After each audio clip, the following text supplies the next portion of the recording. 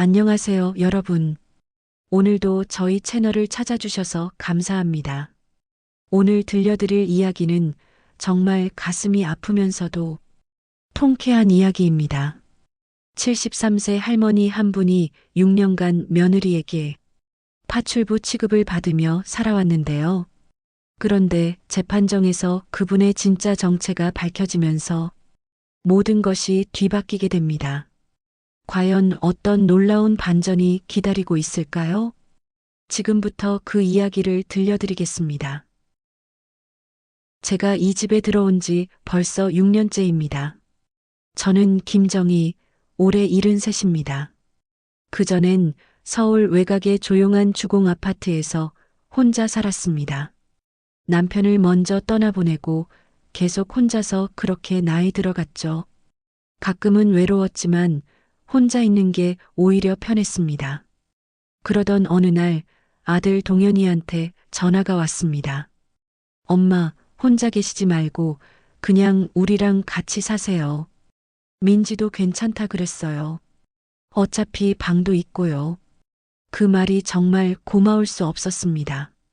그래, 이제는 아들과 며느리랑 함께 가족처럼 살아갈 수 있겠구나. 그런 기대를 품고 이 집에 들어왔습니다. 가족들과 함께 밥을 먹고 손주를 돌보고 가끔은 며느리와 김치라도 함께 담그며 웃을 수 있을 거라 믿었습니다. 하지만 그 기대는 너무나도 쉽게 무너졌습니다. 처음 몇 달은 그럭저럭 괜찮았습니다. 제가 청소하고 반찬 준비하고 설거지도 하고 그저 가족이 편하면 됐으니까요. 그게 엄마고 시어머니니까요. 그런데 어느 날부터인가 며느리 민지의 말투가 변하기 시작했습니다. 어머니, 이건 좀 더 빨리 치워주셨으면 좋겠어요. 어머니, 김치국이 좀 심심하네요. 저희 가족 입맛이랑은 좀 달라요. 그건 부탁이 아니었습니다. 지시였고 명령이었습니다. 그리고 곧 제 자리는 가족 구성원이 아니라 식모로 변해갔습니다. 며느리 민지는 절 어머니라 부르지만 그 말끝엔 항상 뾰족한 가시가 숨어 있었습니다. 마치 독을 바른 꿀처럼 달콤하게 포장된 독설이었죠. 어머니, 이 그릇은 이따 설거지 좀 부탁드릴게요. 어머니, 오늘도 김치찌개 좀 끓여주시면 안 될까요? 어머니, 빨래 좀 개켜주시죠. 제가 손목이 아파서요. 그게 부탁이었을까요? 아니요, 명령이었습니다. 아니, 명령보다도 더 치사한 것이었습니다. 적어도 명령은 솔직하니까요. 하지만 민지의 말투에선 사람 대 사람의 예의는커녕 식모 부리듯 하는 태도만 느껴졌습니다. 매일 아침 6시면 일어나 아침 준비를 하고 낮에는 청소와 빨래, 저녁에는 또 저녁 준비, 그리고 설거지까지. 제가 언제부터 이 집의 가사도우미가 되었는지 모르겠습니다. 하루는 이랬습니다. 민지의 친구들이 놀러 왔던 날, 저는 거실 구석에 조용히 앉아 차를 마시고 있었죠. 그런데 부엌에서 웃음소리와 함께 들려온 그 말이 제 가슴을 찌르고 지나갔습니다. 우리 집에 식모처럼 사는 시어머니가 하나 있어. 뭐 옛날에 뭘 했는지는 모르겠는데 지금은 그냥 김치만 잘 담가. 그 나이에 할 줄 아는 게 그것뿐이라니까? 친구가 웃으며 대답했습니다. 요즘 시어머니들 다 그렇잖아. 옛날엔 뭐 했는지 모르겠지만 지금은 그냥 집안일이나 하는 거지 뭐. 맞아. 그냥 조용히 집안일만 하면 되는데 가끔 주인 행세하려고 할 때가 있어. 그럴 때마다 현실을 깨우쳐줘야 한다니까. 순간 심장이 쿵 내려앉았습니다. 제 입안 가득 씁쓸한 피맛이 맴돌았습니다. 찻잔을 든 손이 덜덜 떨렸지만 그들은 계속 웃고 있었습니다. 저는 대한민국 군인으로 30년을 복무했습니다. 남자들도 힘들어하는 그 길을 걸어왔습니다. 하지만 그 사실을 아무에게도 말하지 않았습니다. 심지어 제 아들조차도 어머니가 어떤 삶을 살아왔는지 단 한 번도 물어본 적이 없었습니다. 왜냐고요? 민지가 결혼 전에 제 아들에게 대놓고 한 말이 있었습니다. 여군 같은 건 싫다. 거칠고 냉정하대요. 어머니가 그런 일 하신 적 없죠? 그때 아들이 뭐라고 했는지 아세요? 우리 엄마는 평범한 주부였어. 걱정 마, 거짓말이었습니다. 하지만 아들은 평화를 원했고 저는 그 평화를 지키기 위해 침묵했습니다. 그래서 그냥 조용히 살았습니다. 군복도 깊숙이 감춰두고 훈장도 상자 속에 넣어두고 그저 평범한 할머니인 척했습니다. 다만 가족이 무너지지 않길 바랐습니다. 하지만 며느리는 점점 대놓고 저를 무시했습니다. 처음엔 그래도 눈치는 봤는데 시간이 지날수록 더 노골적으로 변했습니다. 이 나이에 무슨 취미가 있어요? 그냥 집에서 청소나 하세요. 심지어 어느 날은 이런 말도 들었습니다. 내가 진짜 말 안 하려 했는데요. 어머니, 이 집도 사실은 제 남편 명의예요. 그러니까 눈치껏 하시죠. 괜히 주인 행세하지 마시고. 파출부도 눈치 보면 밥값은 하거든요. 그 말을 듣는 순간 제 안에서 무언가 천천히 하지만 분명히 부서지는 느낌이 들었습니다. 마치 오래된 유리컵이 금이 가면서 산산조각 나는 것처럼 말입니다. 아들은 항상 바빴습니다. 저와 눈도 잘 마주치지 않았고 대부분 며느리 말을 믿었습니다. 엄마가 예민하게 받아들이는 거야. 민지도 그냥 도와달란 건데 그랬습니다. 결국 제 존재는 이 집에서 밥 해주고 빨래하는 노인 이상도 이하도 아니었습니다. 30년 군복무의 긍지도 나라를 위해 바친 청춘도 그 모든 것이 이 집에서는 아무 의미가 없었습니다. 하지만 어느 날 생각도 못한 일이 벌어졌습니다. 남편의 유산 문제로 갑자기 소송이 걸렸습니다. 법적으로 제가 상속을 포기했다는 위조된 서류가 등장한 겁니다. 며느리는 저를 조용히 방으로 불러 말했습니다. 어머니, 그냥 조용히 계세요. 지금 이걸 시끄럽게 하면 그동안 편하게 산 것도 다 들춰지니까. 저는 조용히 고개를 끄덕였습니다. 그러나 그날 밤 저는 제 방 서랍 깊숙이 넣어둔 군복 상자를 꺼냈습니다. 그 안에는 정복, 계급장, 훈장, 그리고 대한민국 육군 사단장 김정이라고 적힌 명패가 담겨 있었습니다. 손으로 명패를 닦으며 저는 조용히 다짐했습니다. 이번엔 나도 가만히 있지 않을 거야. 법정은 처음이었습니다. 72년을 살아오면서 처음으로 증인석이라는 자리에 서게 된 날이었죠. 하지만 군인으로 살아온 제게 긴장이란 없었습니다. 다만 가슴이 답답했습니다. 며느리 민지는 변호사 옆에 앉아 있었고 제 아들 동현이는 고개를 푹 숙이고 있었습니다. 무엇이 부끄러운 건지 그 얼굴엔 제 쪽을 향한 눈길 한 번 없었습니다. 마치 저와 연관되는 것 자체가 수치스러운 것처럼 말입니다. 피고 김정희는 본 재산권 소송에 대해 상속 포기각서를 작성했음에도 불구하고 부당하게 해당 부동산의 소유권을 주장하고 있습니다. 며느리의 변호사는 그 말투 하나하나에 비웃음과 멸시를 섞어 말했습니다.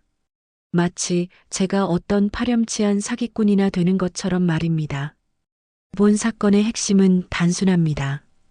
이 사건의 피고 김정희 씨는 실질적으로 가족 부양 없이 오히려 며느리에게 기거하며 식사, 생계, 생활 전반을 의탁해왔습니다. 기거? 그 말을 들은 순간 제 가슴 속에서 뭔가 끓어오르는 게 느껴졌습니다.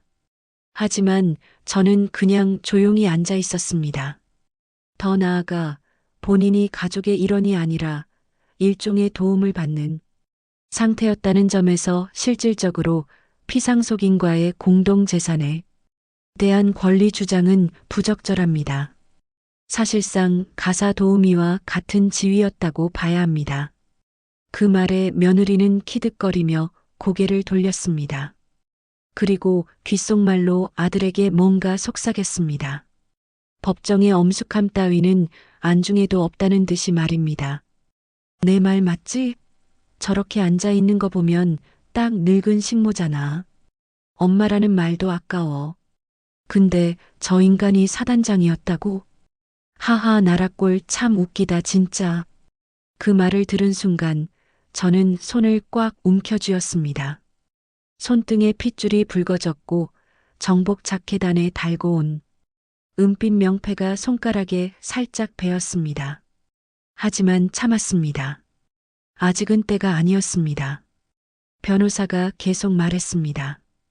피고는 고령으로 인해 판단력이 흐려진 상태이며 현실 인식 능력도 떨어진 것으로 보입니다. 따라서 본 재산권 주장은 근거가 없습니다. 그때 민지가 다시 속삭였습니다. 저것 봐. 치매 걸린 할머니 취급하네. 맞아, 맞아. 정신이 온전하면 집에서 그렇게 얌전히 있겠어? 이제 와서 뭔 재산이야. 그 순간 판사가 말했습니다. 다음 증인 김정희 소장, 증인석으로 나오시죠. 순간 정적이 흘렀습니다. 마치 시간이 멈춘 것 같았습니다.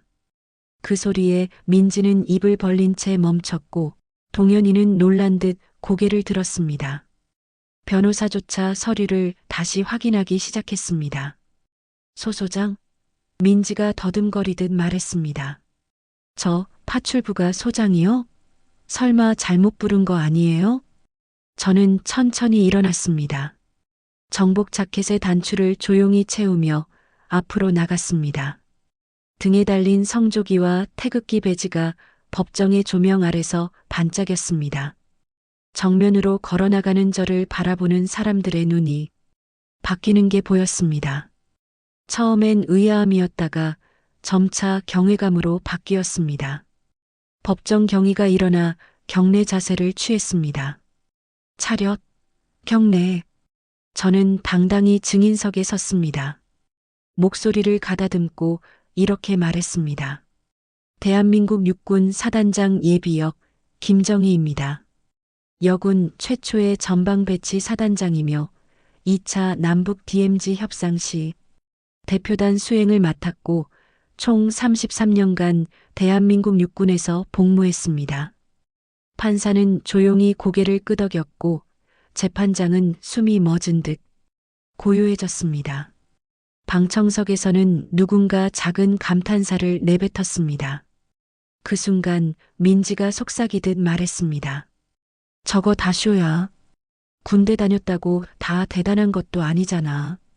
청소나 하고 김치나 담그던 주제에 소장, 푸아하. 하지만 판사는 그녀를 향해 차갑게 말했습니다. 증인에 대한 모독성 발언은 삼가주시기 바랍니다. 증인은 군 경력을 모두 공적 자료로 증명한 상태입니다. 그리고 이 법정에선 직업이 무엇이든 상관없습니다. 진실만을 말하면 됩니다. 그때 민지의 얼굴이 새빨개졌다가 파랗게 질렸습니다. 아들 동현이는 더욱 고개를 숙였습니다. 저는 눈을 감았다 떴습니다. 그리고 말했습니다. 전 평생을 나라를 지키며 살아왔습니다. 아들과 가족을 위해선 전쟁터보다 더 고된 침묵이라는 전장에서도 싸웠습니다. 그런데 이제야 알겠네요. 제가 이 집에서 싸워야 했던 적은 총이 아니라 가족 안의 경멸과 무지였다는 걸요. 법정 한쪽에서 누군가 조용히 숨을 들이쉬는 소리가 들렸고 방청석에 앉아있던 어느 중년 남성은 눈물을 훔치고 있었습니다. 저는 이 나라의 자유와 평화를 지키기 위해 33년을 바쳤습니다. 하지만 정작 제 가정에서는 자유도 평화도 없었습니다. 다만 가족의 평화를 위해 제 자존심을 내려놓고 살았을 뿐입니다. 그날 재판은 그 순간부터 완전히 분위기가 뒤집혔습니다. 그리고 저는 마침내 제 진짜 이름을 되찾기 시작했습니다. 증언이 끝나고 법정을 나서는 길, 저는 복도에서 예상치 못한 광경을 목격했습니다. 제복을 입은 현역 군인들이 줄지어 서 있었던 겁니다. 사단장님 경례. 그들은 일제히 경례를 붙였습니다. 알고 보니 제가 예전에 지휘했던 부대의 후배들이었습니다. 소문을 듣고 달려온 거라고 했습니다. 사단장님, 정말 죄송합니다.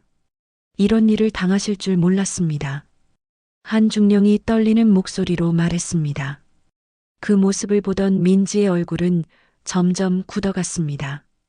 자신이 그토록 깔보던 식모 할머니에게 이런 대우를 하는 사람들을 보고 있으니 말입니다. 저기 저 사람들이 뭐 하는 거예요? 민지가 아들에게 속삭였습니다. 모르겠어. 엄마가 진짜 군인이었나 봐. 동현이가 작은 목소리로 대답했습니다. 그때 한 대령이 저에게 다가왔습니다. 사단장님, 저희가 증언서를 준비해 왔습니다. 사단장님의 공적과 인품에 대한 내용입니다. 저는 고개를 저었습니다. 고맙지만 이건 제가 혼자 해결해야 할 일이야. 너희들은 각자 맡은 바 임무에 충실하렴. 하지만 사단장님, 명령이다. 제가 단호하게 말하자 그들은 더 이상 말하지 못했습니다. 하지만 그들의 눈에서는 존경과 안타까움이 동시에 묻어났습니다. 집으로 돌아가는 차 안에서 민지는 계속 뭔가를 중얼거렸습니다. 이상해, 진짜 대단한 사람이었으면 왜 지금까지 가만히 있었을까? 뭔가 숨기는 게 있을 거야. 동현이는 운전대를 잡은 채 아무 말도 하지 않았습니다. 하지만 백미러로 저를 힐끔힐끔 쳐다보는 게 보였습니다. 집에 도착하자마자 민지는 저를 방으로 끌고 갔습니다. 어머니, 대체 뭐 하신 거예요? 갑자기 무슨 사단장이니 뭐니 하면서 사실대로 말한 것뿐이야. 그럼 왜 지금까지 숨기셨어요? 왜 저희한테 말 안 하셨어요? 저는 잠시 침묵했습니다. 그리고 천천히 입을 열었습니다. 너희가 싫어할까 봐서. 네. 내가 결혼하기 전에 한 말 기억 안 나니? 여군은 싫다고, 거칠고 냉정하다고. 그래서 아들한테 부탁했어. 엄마 직업은 비밀로 해달라고. 민지의 얼굴이 하얗게 질렸습니다. 그건. 그리고 너도 알잖니. 내가 집안일 하는 걸 당연하게 여겼으니까. 혹시라도 내가 군인 출신이라는 걸 알면 왜 집안일만 하냐, 나가서 일하라고 할까봐 무서웠어. 민지는 말문이 막혔습니다. 그때 동현이가 방에 들어왔습니다. 엄마, 정말 사단장이었어요? 그래. 그럼 왜 지금까지? 너희 아버지가 돌아가시고 나서 이 집에서 내 자리가 어디인지 알겠더라. 며느리한테는 방해되는 시어머니, 너한테는 부담스러운 노인. 그래서 그냥 조용히 살려고 했어. 동현이의 눈에 눈물이 맺혔습니다. 엄마 미안해요. 뭐가 미안해. 내가 선택한 길이잖아. 그 순간 민지가 갑자기 소리쳤습니다. 아니에요. 이상해요. 진짜 대단한 사람이었으면 왜 저한테 그렇게 당하고만 있었어요? 왜 반항 한 번 안 했어요? 저는 민지를 조용히 바라봤습니다. 반항? 내가 언제 반항을 안 했다고 그래? 언제요? 매일 아침 일어나서 너희를 위해 밥을 차리는 것, 너희가 무시해도 참고 사는 것, 그게 다 반항이었어. 내 자존심을 꺾고 내 경력을 숨기고 그래도 이 가족을 지키려고 했던 게 반항이었다고. 민지는 더 이상 말하지 못했습니다. 하지만 이제는 달라질 거야. 재판에서 진실이 밝혀졌으니까. 그날 밤 저는 오랜만에 군복을 꺼내 정리했습니다. 훈장들을 하나하나 닦으면서 생각했습니다. 이제야 제대로 된 전쟁이 시작된 것 같다고 말입니다. 그날 밤 저는 아들의 방문 앞에 조용히 섰습니다. 아무 말도 하지 않은 채 문틈으로 흘러나오는 TV 소리를 들으며 혼잣말을 했습니다. 동현아, 엄마가 사단장이었던 건 너를 위해서 감췄던 거야. 1986년 겨울. 그 해는 유난히 혹독하게 추웠습니다. 저는 중령 계급장을 달고 있던 시절 강원도 최전방 부대의 유일한 여군 부대장이었습니다. 부대 앞에서 포성은 멈추지 않았고 전후 중엔 살아 돌아오지 못한 이들도 많았습니다. 그런 제게 아들이 태어났습니다. 그리고 8개월 만에 남편이 세상을 떠났습니다. 사고사였습니다. 어이없게도 후임병이 정비 중 실수로 떨어뜨린 부품이 남편의 머리를 강타한 사고였습니다. 의무실에서 마지막 숨을 거두며 남편은 제 손을 잡고 말했습니다. 정희야, 아들 잘 키워줘. 너 혼자서도 충분히 할 수 있어. 그 말을 남기고 눈을 감았습니다. 아이를 안고 돌아오는 길, 제 눈은 새빨갛게 부어 있었습니다. 하지만 저는 군인이었습니다. 그 누구 앞에서도 무너질 수 없었습니다. 부하들 앞에서 약한 모습을 보일 수도 없었고 상급자들 앞에서 업무에 지장을 준다는 소리를 들을 수도 없었습니다. 그러던 어느 날 밤 저는 아들을 등에 업은 채 막사 뒤편 울타리에서 조용히 울고 있었습니다. 목구멍 깊숙이 울음이 올라오는데 참으려다 결국 내려앉았습니다. 차디찬 땅 위에 그대로 주저앉아 울음이 목에서 터져나왔습니다. 내가 뭘 잘못했을까? 나라를 지킨다고 그렇게 애썼는데 왜 이 아이한테 아빠도 못 지켜준 엄마로 남게 됐을까? 등에 업힌 동현이가 제 목덜미에 작은 손을 올리며 칭얼거렸습니다. 그 따뜻한 손길이 오히려 더 큰 슬픔으로 다가왔습니다. 그날 이후 저는 결심했습니다. 군복무는 끝내되 군인으로 살지 않겠다고. 이유는 간단했습니다. 제가 사단장이란 걸 드러내면 제 아이는 군인 엄마 둔 아들이 되기 때문이었죠. 이상하게 들릴 수 있겠지만 그 시절엔 여군에 대한 편견과 모욕이 지금보다 훨씬 더 무거웠습니다. 아이들은 학교에서 이런 말을 듣곤 했습니다. 얘네 엄마 군인이래? 무서운 사람 아니야? 넌 혼나면 진짜 군기 잡히겠다. 여자가 군대 가면 남자처럼 변한대. 너네 엄마도 그렇지? 엄마가 군인인 애들은 다 문제아래. 그게 싫었습니다.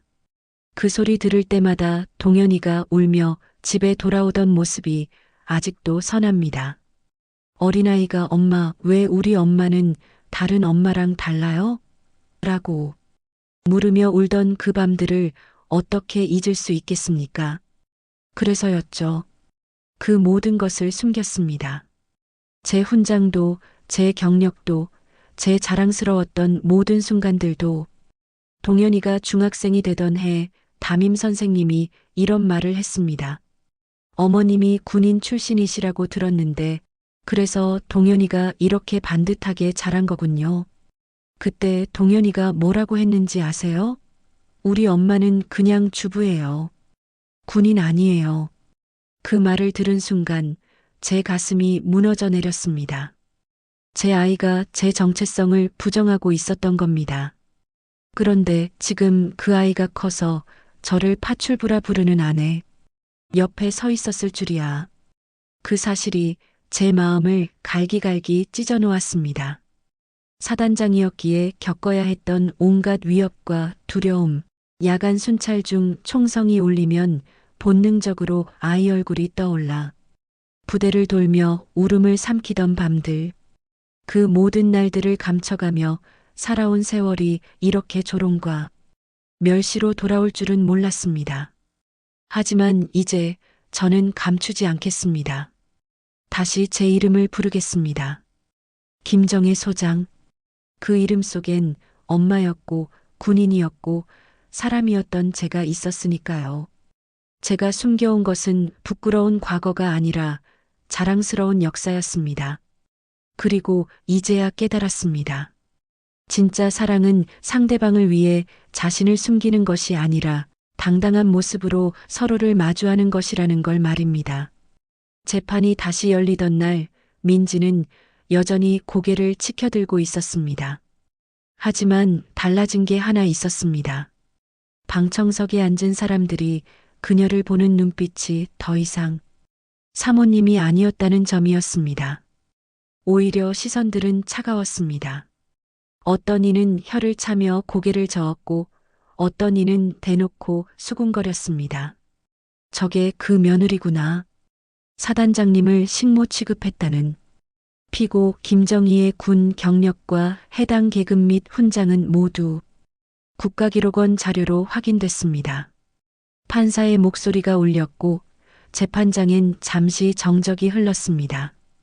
그 다음 제 손에 들린 한 통의 서류가 제출되었습니다. 본 문건은 사망한 제 남편이 생전에 남긴 유언장 사본입니다. 그 순간 민지의 눈동자가 흔들렸습니다. 유언장? 네. 돌아가시기 전 남편이 직접 작성한 것으로 해당 문건엔 이렇게 적혀 있습니다. 본인은 사망 시 배우자 김정희에게 전 재산을 상속함을 명시하며 그 외 가족은 선처의 의사에 따라 판단할 것을 바람. 민지는 벌떡 일어나 외쳤습니다. 그거 위조잖아요. 돌아가시기 전에 그런 말 없었어요. 아버님은 저한테도 일부 재산을 남긴다고 했단 말이에요. 그 말에 방청석에서 몇몇 사람들이 킥킥대며 웃기 시작했습니다. 그 순간 판사의 얼굴이 굳어졌습니다. 김민지 씨, 법정에서의 언행에 신중하시기 바랍니다. 유언장은 공증을 거쳐 등기소에도 제출된 상태이며 국립기록원에서 진본 확인을 완료했습니다. 민지의 얼굴이 창백해졌습니다. 변호사가 그녀의 팔을 잡아당기며 앉히려 했지만 민지는 계속 소리쳤습니다. 이상해요. 분명히 아버님은 저한테도 뭔가 남겨주신다고 했어요. 그 할머니가 뭔가 조작한 거예요. 그때 판사가 차갑게 말했습니다. 김민지 씨, 증인에 대한 모독적 표현을 즉시 중단하십시오. 한 번 더 그런 발언을 하시면 모독죄로 별도 고발하겠습니다. 그제야 민지는 자신이 더 이상 입으로 뒤집을 수 있는 상황이 아님을 깨달았습니다. 재판이 잠시 휴정되었고 복도에 나왔을 때 민지는 날카로운 목소리로 제게 말했습니다. 당신 대체 뭘 꾸민 거예요? 갑자기 군복 입고 쇼하듯 등장하더니 지금 나만 나쁜 사람 만들고 있잖아요. 저는 조용히 답했습니다. 저는 쇼하지 않았어요. 당신이 사람을, 인생을, 그리고 가족을 무시했을 뿐이죠. 무시? 제가 언제 무시했어요? 매일이었어요. 제가 누구인지도 묻지 않고 제 과거도 궁금해하지 않고 그저 집안일만 하는 늙은 여자로만 봤잖아요. 그때 복도 맞은편에서 기자가 한 명 사진을 찍고 있었습니다. 민지는 놀라 얼굴을 가렸습니다. 뭐예요? 찍지 마세요. 내가 무슨 연예인인 줄 알아요. 기자는 비웃듯 말했습니다. 아니요. 사단장 며느리 무시 논란으로 기사 쓰려는 기자입니다. 요즘 기사 하나에 세상이 뒤집히기도 하니까요. 민지의 얼굴이 하얗게 질렸습니다. 그날 오후 인터넷 기사에 이런 제목이 떠올랐습니다. 대한민국 최초 여성 사단장의 가정 내 비극 며느리에게 식모 취급받았다. 정복 입고 법정 선 김정희 예비역 소장. 댓글은 순식간에 폭주했습니다. 진짜 가슴이 찢어지네. 저게 진짜 며느리냐? 며느리 저 여자 방송에 나왔으면 좋겠다. 욕이라도 하고 싶어? 우리 엄마 생각나서 눈물 난다. 장군님, 너무 존경합니다. 민지는 난리가 났습니다. SNS는 비공개 전환, 자신이 운영하던 쇼핑몰도 하루 만에 폐쇄됐습니다. 동네에서도 수군거리는 소리가 들렸고 학교에서까지 연락이 왔습니다. 하지만 제가 무슨 특별한 행동을 한 건 없습니다. 단지 제 이름을 숨기지 않았을 뿐입니다. 며칠 뒤 민지가 제 방 문 앞에서 기다리고 있었습니다. 고개를 숙인 채 작은 목소리로 말했습니다. 죄송해요. 제가 잘못했어요. 그 말에 저는 한참을 바라보다 이 한마디만 남겼습니다. 사람한텐 자기보다 약해 보인다고 해서 막말하고 무시해도 되는 권리는 없어요. 그리고 가족이라는 이름으로 누군가의 존재를 지우는 것도요. 민지는 더 이상 말하지 못하고 돌아갔습니다. 그날 이후로 집안 분위기가 완전히 바뀌었습니다.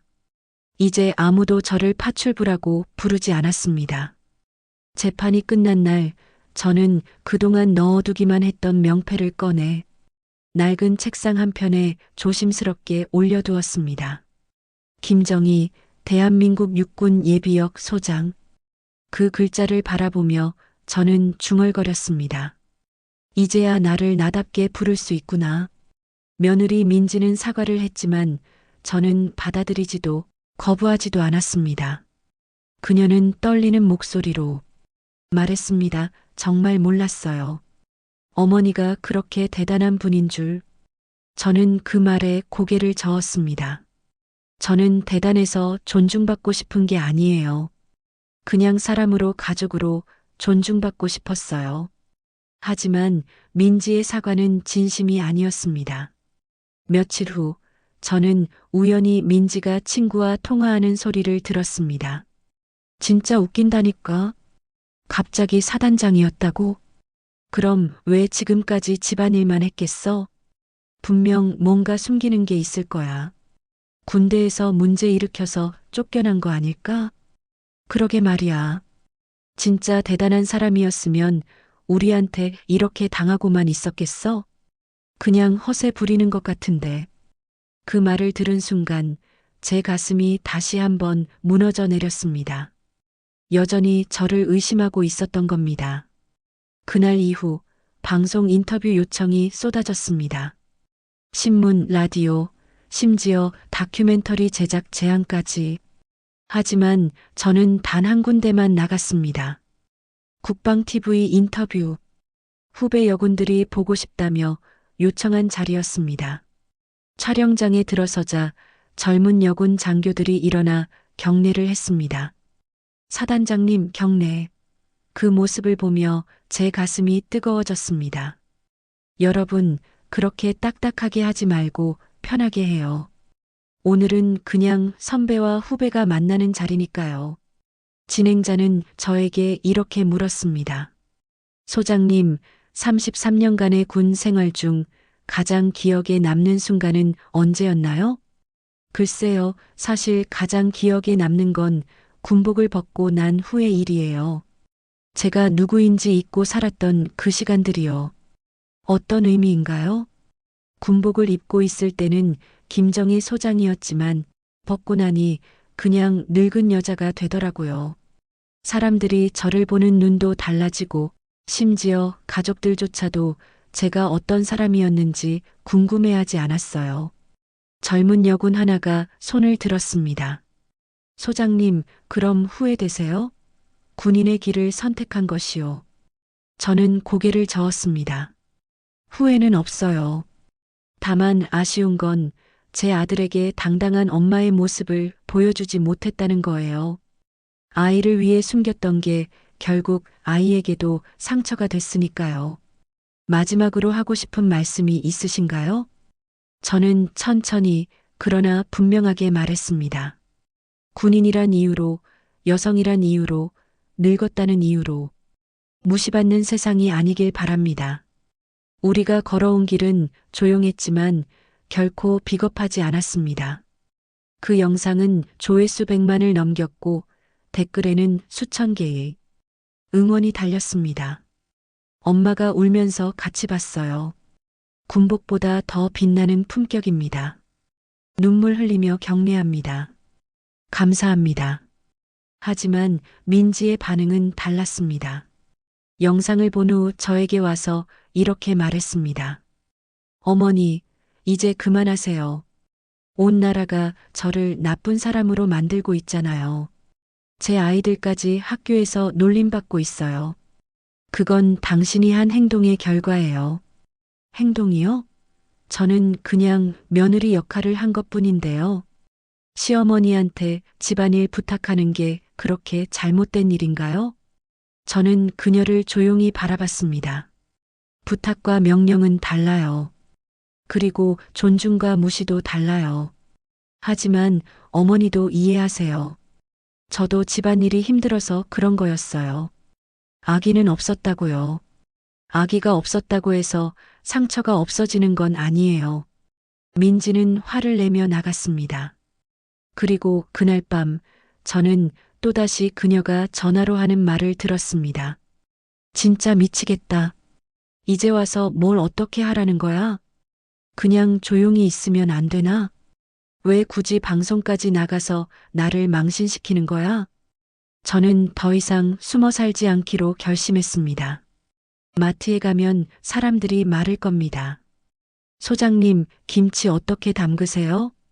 우리 엄마도 여군 출신인데 자랑스럽다고 하시더라고요.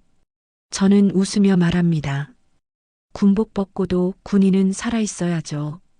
어느 날은 길에서 한 중년 여성이 저에게 다가왔습니다. 소장님, 저도 남편 집에서 비슷한 일을 겪고 있어요. 어떻게 해야 할까요? 저는 그녀의 손을 잡고 말했습니다. 당신도 분명 누군가의 소중한 사람이었을 거예요. 그걸 잊지 마세요. 그리고 당당하세요. 당신이 살아온 인생은 결코 부끄럽지 않으니까요. 하지만 집에서는 여전히 불편한 기류가 흘렀습니다. 민지는 겉으로는 예의를 지키지만 속으로는 여전히 불만을 품고 있었습니다. 아들 동현이도 자주 제 방에 와서 군 시절 이야기를 물어보기 시작했지만 민지의 눈치를 보는 모습이었습니다. 엄마, 정말 미안해요. 그동안 몰라서. 괜찮아. 이제 알면 됐어. 하지만 알기만 하면 될 문제가 아니었습니다. 진정한 변화는 행동으로 보여줘야 하는 것이었으니까요. 저는 이제 제 이름을 숨기지 않습니다. 김정희. 그 이름 속에는 군인도, 엄마도, 그리고 한 인간으로서의 존엄도 모두 들어있으니까요. 그리고 이제는 그 존엄을 지키기 위해 끝까지 싸울 겁니다. 그날 저녁 아들과 민지가 찾아왔습니다. 둘은 말없이 제 앞에 무릎 꿇고 앉았습니다. 평소와 다르게 아이들의 모습이 무언가 심각한 이야기가 있을 것 같다는 예감이 들었습니다. 엄마 정말 미안해. 저는 고개를 끄덕였습니다. 하지만 눈빛은 여전히 무거웠습니다. 미안하다는 말로는 지난 6년간의 상처가 다 아물지 않는다는 것을 알고 있었거든요. 그동안 저는 왜 엄마가 뭐라고 살아오셨는지 왜 한 번도 물어보지 않았을까요? 동현이의 목소리에는 진심 어린 후회가 묻어났습니다. 그제야 저는 제 아들이 정말로 깨달았다는 걸 느꼈습니다. 저는 천천히 대답했습니다. 내가 물었어도 말 안 했을 거야. 군복보다 더 입기 어려운 게 엄마라는 옷이더라. 엄마라는 옷이요? 그래. 군인은 명령하고 지시하면 되지만 엄마는 사랑해야 하거든. 그런데 난 사랑하는 방법을 몰랐어. 어떻게 해야 내가 상처받지 않을지만 생각했지. 아들은 눈물을 훔쳤습니다. 평생 감추려 했던 제 진심이 이제서야 닿은 것 같았습니다. 엄마, 저는 아직도 엄마가 무섭고 동시에 너무 죄송해요. 그 말에 저는 미소 지었습니다. 무섭긴 뭐가 무서워. 어린 내가 울면서 군대 사열대에 서서 엄마 언제 끝나? 했던 게 아직도 생생한데. 동현이가 갑자기 고개를 들었습니다. 엄마가 그때 그걸 기억하세요? 당연하지. 너 5살 때 부대 가족의 날에 왔다가 사열식 보면서 울었잖아. 우리 엄마는 왜 저렇게 무서운 일해요? 하면서. 아, 그때요. 그때 내가 얼마나 마음 아팠는지 몰라. 내가 내 직업을 부끄러워한다는 걸 알았거든. 동현이는 고개를 숙였습니다. 엄마, 저는 부끄러워한 게 아니에요. 그냥 다른 엄마들과 달라서 혼란스러웠어요. 알아, 그래서 내가 숨긴 거야. 내가 혼란스러워하지 않게. 그런데 엄마, 저는 그때부터 계속 궁금했어요. 우리 엄마는 대체 어떤 사람일까 하고. 하지만 물어보면 안 될 것 같았어요. 왜? 엄마가 뭔가 아픈 기억을 갖고 있는 것 같았거든요. 아빠 얘기만 나와도 울던 엄마를 봤으니까. 저는 가슴이 뜨거워졌습니다. 제 아들이 저를 그렇게 세심하게 관찰하고 있었다는 걸 몰랐거든요. 동현아, 내가 그런 걸 다 알고 있었구나. 네. 그래서 더 미안해요. 알면서도 모른 척 했으니까요. 동현이가 말이 끝나자 민지도 사과했습니다. 어머니, 정말 너무 죄송해요. 어떻게 제가 그런 말들을 했는지 제가 사람도 아니었어요.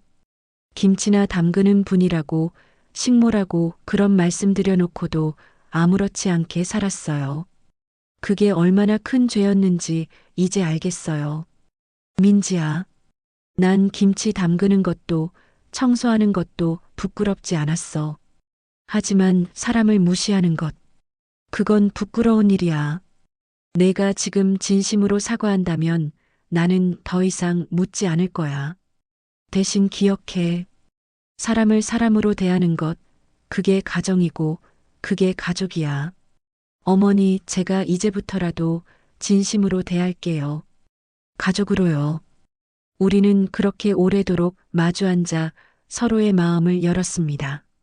서운함도 후회도 고마움도 다 말하지 않아도 알 것 같았습니다. 엄마, 그럼 이제 어떻게 해야 하죠?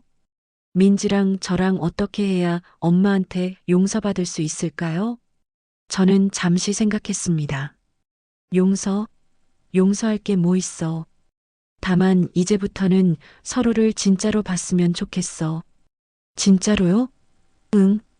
나도 내가 그냥 효자 아들이 아니라 동현이로 보고 싶고, 너도 나를 군인 엄마나 집안이라는 할머니가 아니라 김정희로 봤으면 좋겠어. 동현이가 눈물을 흘렸습니다. 엄마 사랑해요. 나도. 그리고 마지막에 저는 아들에게 말했습니다. 넌 내 아들이니까 난 끝까지 지켜봐 줄 거야. 지켜봐 준다는 게 무슨 뜻이에요? 내가 어떤 선택을 하든 어떤 실수를 하든 내가 내 편이라는 뜻이야. 다만 이제부터는 내 잘못은 잘못이라고 말할 거야. 그게 진짜 사랑이니까. 예를 들면요. 민지가 또 누군가를 무시하면 나는 그걸 그냥 넘어가지 않을 거야. 내가 그걸 방치한다면 너한테도 실망할 거고. 동현이는 고개를 끄덕였습니다. 알겠어요, 엄마. 저도 이제 어른이 되겠습니다. 어른이 된다는 게 뭐라고 생각해? 자기 행동에 책임지고 가족을 진짜로 사랑하는 거예요. 저는 만족스럽게 미소 지었습니다. 그래, 그거야. 그날 밤 저는 오랜만에 마음이 편했습니다. 제 아들이 드디어 진짜 어른이 된 것 같았거든요. 그리고 저도 드디어 진짜 엄마가 된 것 같았습니다. 군복을 입고 수많은 부하들을 이끌었지만 정작 제 아들 하나 제대로 이끌지 못했던 제가 이제야 진짜 리더가 된 기분이었습니다. 창문 너머로 달이 떠올랐습니다. 그 달빛 아래서 저는 조용히 다짐했습니다. 앞으로 남은 인생은 숨지 않고 당당하게 그리고 사랑하며 살겠다고 말입니다. 그리고 무엇보다 제 아들이 진짜 남자로 자랄 수 있도록 끝까지 지켜보고 응원하겠다고 다짐했습니다. 그것이 김정희라는 이름으로 살아갈 제 마지막 임무라고 생각하면서 말입니다. 봄이 왔습니다. 벚꽃이 흐드러지게 피던 날, 동네 복지회관에서 작은 특강 요청이 들어왔습니다. 주제는 제가 여군으로 살며 엄마로 견디면서 그 길을 어떻게 걸어왔는지 그 이야기를 해달라는 부탁이었죠. 강당에 들어서자 어르신들이 박수를 치며 반겨주셨습니다. 에이그, 장군님 오셨어요. 김치 장군, 사단장 김정희 최고야. 저는 웃으며 손을 흔들었습니다. 그 순간 뒤에서 익숙한 목소리가 들렸습니다. 어머니, 뒤돌아보니 민지가 서 있었습니다. 민지의 손에는 꽃다발이 들려 있었어요. 어머니, 오늘 강연 꼭 듣고 싶었어요. 그동안 제가 너무 못했죠. 강당 곳곳에서 수군거리는 소리가 들렸습니다. 저게 그 며느리구나. 어머, 얼굴 좀 봐. 부끄러운 줄 알기는 하나? 하지만 민지는 굴복하지 않고 제 앞에 서 있었습니다. 그 모습을 보며 저는 조금씩 변하고 있는 그녀를 느꼈습니다. 강연이 시작되었습니다. 저는 마이크를 잡고 천천히 말하기 시작했습니다. 안녕하세요. 김정희입니다. 오늘 이 자리에 서기까지 참 오랜 시간이 걸렸습니다. 군복을 벗고 나서 저는 제 이름을 잊고 살았습니다.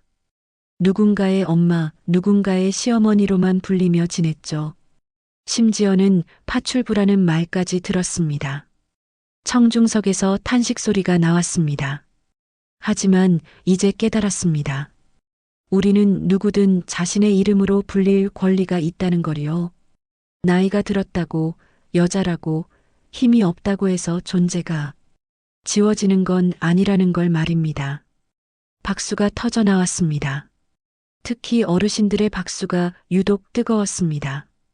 저는 33년간 나라를 지켰습니다. 그런데 정작 제 집에서는 제 존재를 지키지 못했죠. 그건 제가 스스로 숨었기 때문입니다. 여러분, 숨지 마세요. 당신이 살아온 인생은 충분히 자랑스럽고 존중받을 만합니다. 그때 한 할머니가 일어나 말했습니다. 장군님, 저는 아들한테 용돈도 못 받고 눈치만 보며 살고 있어요. 어떻게 해야 하죠? 저는 단호하게 대답했습니다. 말하세요. 당신의 마음을, 당신의 필요를, 당신의 존재를 당당하게 말하세요. 가족이라고 해서 무조건 참을 필요는 없습니다. 청중석 곳곳에서 맞아 하는 소리가 들렸습니다. 저는 이제 더 이상 어머니라는 호칭 뒤에 숨지 않습니다. 저는 김정희이고 자랑스러운 군인이었으며 지금도 당당한 인간입니다. 강연을 마치고 돌아서는데 여러 할머니들이 저에게 다가왔습니다.